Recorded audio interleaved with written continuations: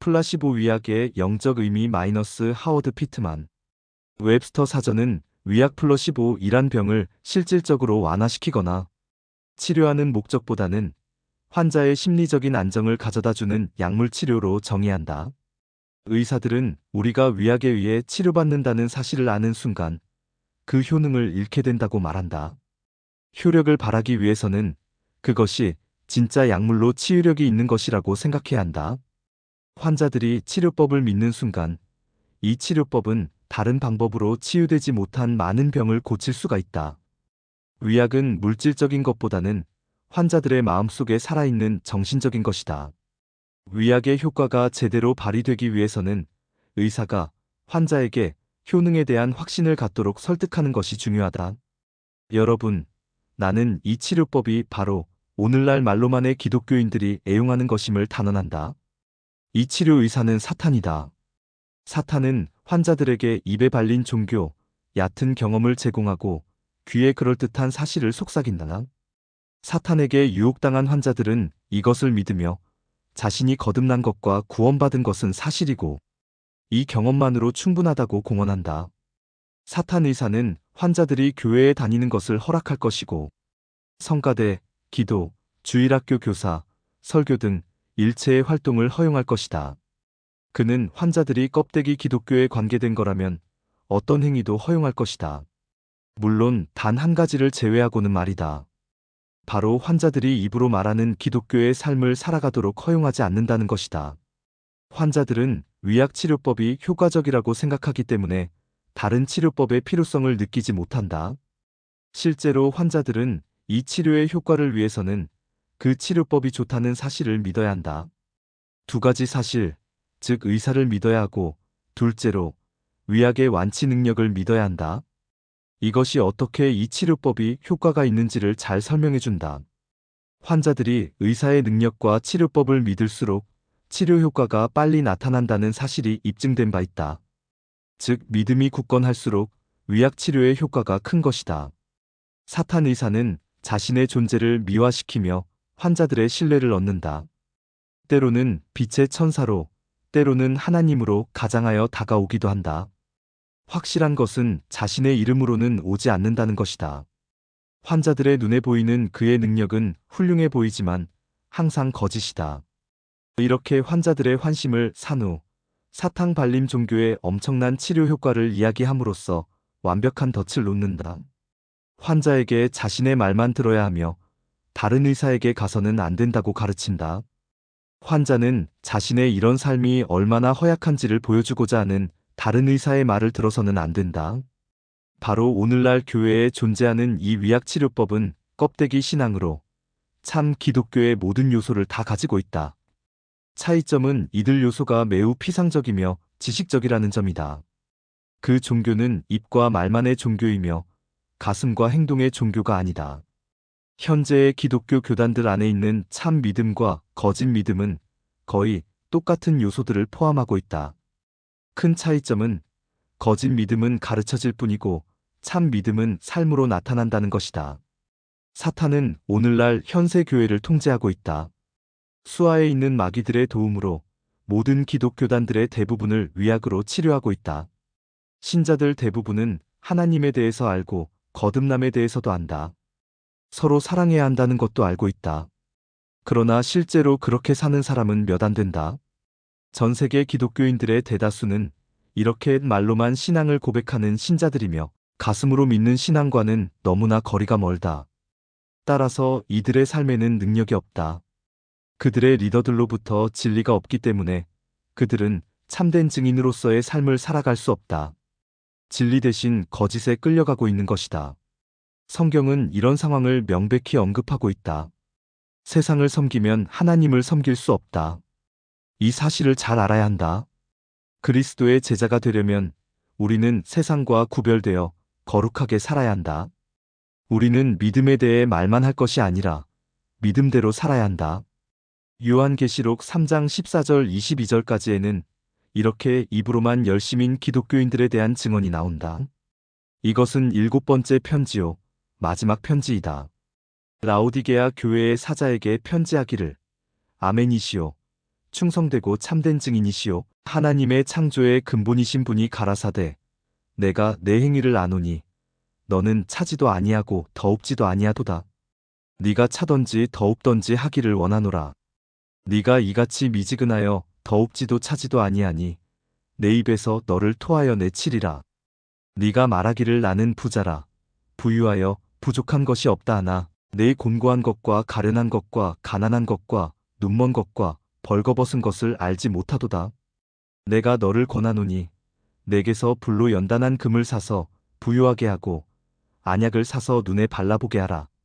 물은 내가 사랑하는 자를 책망하여 징계하노니 그러므로 너는 열심을 내라. 회개하라. 볼지어다 내가 문 밖에 서서 두드리노니 누구든지 내 음성을 듣고 문을 열면 내가 그에게로 들어가 그로 더불어 먹고 그는 나와 더불어 먹으리라. 이기는 그에게는 내가 내 보좌에 함께 앉아 하여 주기를 내가 이기고 아버지 보좌에 함께 앉은 것과 같이 하리라. 귀가 있는 자들은 성령이 교회들에게 하시는 말씀을 들을지어다. 개 3장 14-22 이 편지는 우리가 사는 라오디게아 교회 시대에 주시는 것임을 하나님께서 나에게 밝혀주셨다. 우리는 지금 교회 역사의 끝 무렵에 와 있다.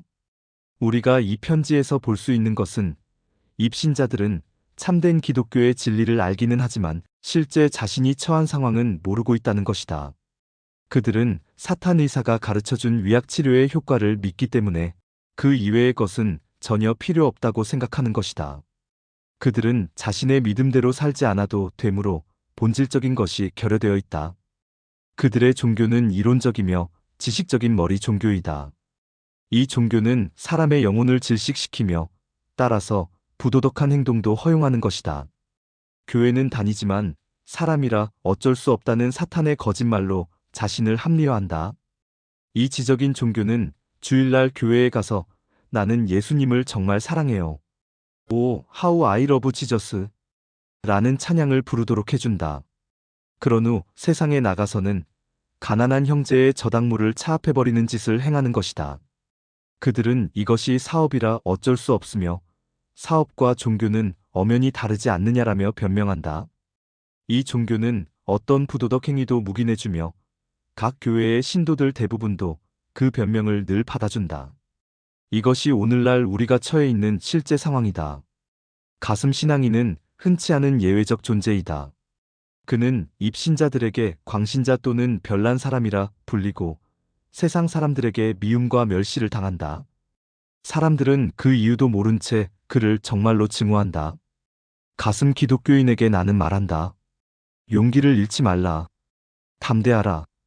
우리 구주 예수님이 먼저 세상에서 박해와 미움을 받다가 결국엔 죽음을 당하셨다.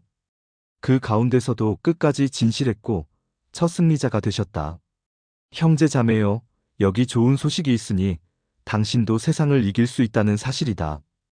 이제 나하워드 피트만은 하나님께서 오늘날 이 세상에 전달하여야 할 5개 항목을 재차 강조하기를 원한다. 1.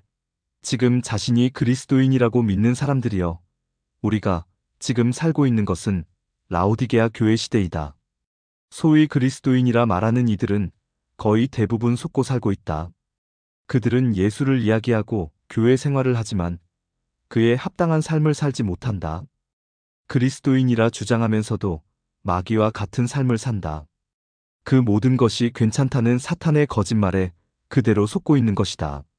즉 사탄은 그들에게 주일에 교회 가는 것은 물론 주중 예배도 괜찮지만 그 외의 시간은 인생을 즐기면서 어떻게 살아도 괜찮다고 속이는 것이다. 그리스도인으로서의 삶에 관한 한편안하며 부족한 것이 없어 그리스도인이라 하더라도 미지근한 자일 뿐이다. 그래서 주님은 그들을 입에서 토해내치겠다고 하셨다. 성경은 이런 종류의 기독교인을 요한계시록 3장 14-22에 확실하게 언급하고 있다. 2. 사탄은 인격성을 가진 마귀이다. 당신은 사탄이 신이라는 것을 알고 있는가? 당신은 사탄이 인간을 대할 때 개인적으로 다가간다는 것을 알고 있는가? 하나님이 영혼들을 찾으시듯이 사탄도 인간의 영혼을 취하고자 애쓴다. 결과적으로 더 많은 숫자를 얻는 쪽은 항상 사탄이었다. 그가 수의 싸움에서 이기는 이유는 속임수와 사기, 거짓말에 능하기 때문이다. 또한 이 싸움을 도와주는 동일한 기술을 가진 수많은 악령들을 수하에 거느리고 있다. 사탄과 그의 악령들이 가진 가장 큰 무기 중 하나는 대부분의 기독교인들이 제공하고 있다는 점이다. 이 기독교인들은 사탄과 악령들이 위협적이라는 것은 물론 그 존재조차 믿지 않는다. 적이 엄연히 존재하고 있음에도 그것을 모른다면 적에게 대항할 수 없다. 귀 있는 자여 들으라. 하나님의 말씀으로 사탄의 공격에 대항할 방법을 배우라. 3. 온 세상 사람들이여, 지금은 제2의 노아 시대이다. 노아의 때에 된 것과 같이 인자가 오는 때에도 그러할 것이다. 상업, 계획, 건설, 확장 이 모든 것은 노아 시대에도 행해졌는데 노아가 방주에 들어가는 순간까지 그러했다. 사람들은 노아의 말을 전혀 듣지 않으려 했고 세상이 변할 것을 믿지 않았다. 그들은 지평선 너머에 몰려오는 먹구름을 보면서도 비가 임박할 것을 믿지 않았다. 이 시대와 얼마나 비슷한가. 인간은 마지막 날의 모든 징조를 보면서도 세상의 종말을 믿지 않는다. 주님의 임박한 강림을 믿지 않고 하나님 맞을 준비를 하지 않는다. 반대로 사람들은 심고, 짓고, 사고 팔고, 세상 재물을 모으는데 정신을 쏟고 있는 것이다. 때 재난의 폭풍우를 몰고 오는 먹구름이 지평선 넘어오는데도 경고의 말씀을 듣지도 믿지도 않는다. 여전히 믿지 않으려 한다. 4. 그리스도인임을 주장하는 자여, 당신은 세상에 파견된 예수님의 대사이다. 대사는 자신의 정부를 항상 대표해야 한다. 일주일에 7일, 하루 24시간 기독교의 믿음 그대로 살지 않는다면 삶에서 진정한 증거와 능력을 가질 수 없다. 참 그리스도인은 믿음대로 살아야 하며 말만 해서는 안 된다. 입으로는 하나님을 찬양하면서 가슴이 따라주지 못한다면 그것은 위선이 아닐 수 없다. 말로만 주님을 경배하는 자들을 하나님은 입에서 뱉어내실 것이다. 예수님을 자신의 구주로 받아들이는 자에게 그분은 말만이 아니라 행동을 원하신다. 내가 그를 안다고 공개적으로 선언하는 자는 정말로 그분을 알아야 한다.